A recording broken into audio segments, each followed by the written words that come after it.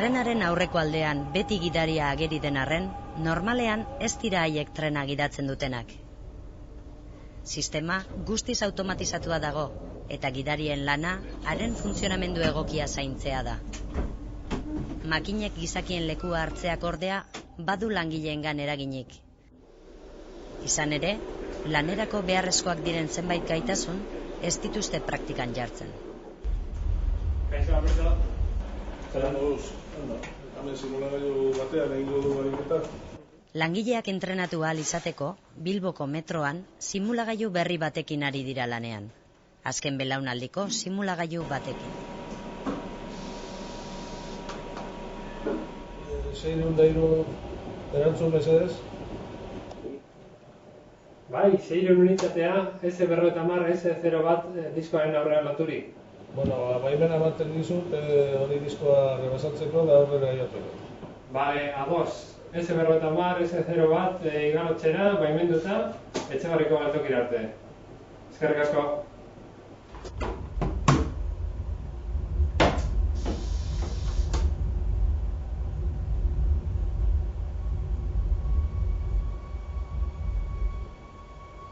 Simulagailu berriak aukera ematen du errealitatetik oso hurbil lan egiteko. Treneko kabina errealak eta errealitate birtuala kombinatuz. Trenbidearen 40 kilometroak zehatz mehatz irudikatzen ditu.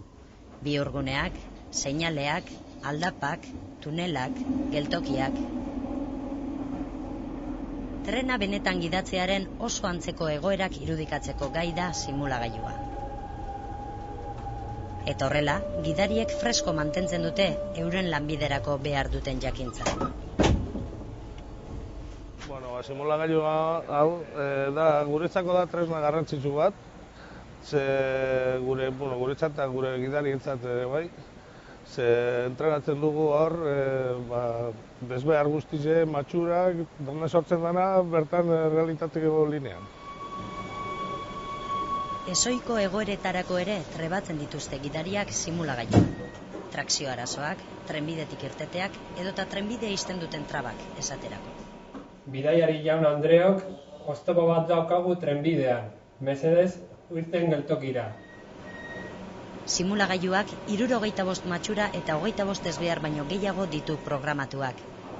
Baina hainbat aldagai kontuan hartzeko gai den software baten bidez, egoera berriak gehitu ditzakete. Gidariarengan eragina duten beste zenbait elementu ere kontuan hartzeko gai da. Ukiren du beste lehenengo simulagailua, baina areke limitatuta egon zen. Besteko hau ja beste modernoa da. Arekarentziza batzuk eukiban, da horrek gainditu egin dut. Tirutren tipuk dekoguz, da lehenko simulagailuan horrek ez da bat bakarrik egon zen. Honek aukera emoten du irure sartzeko. Gero prestatuteko ariketak, matxurak eta ezbeharrak onartzen du gehiago sartzea. Gidariek gainera, zer egin behar duten ikasteaz gain, zergatik eta nola egin ere lantzen dute. Simulagailu berri honekin matxurekiko eta trenbidean gerta daitezkeen gertara berezi batzuen aurrean jarraitzeko pausuak edo trebatzen ditugu hemen eta hori gidari guztioi ondo datorkigu.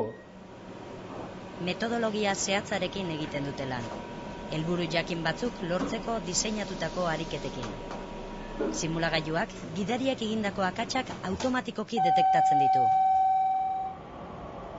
Horrela lan egiten dute Bilboko metroan langileen lana hobetzeko. Gidatzeko modu automatikoak zirkulazioaren fidagarritasuna eta segurtasuna asko hobetu du. Baina sistema guztiz eraginkorra izateko, pertsonak oraindik ere beharrezkoak dira.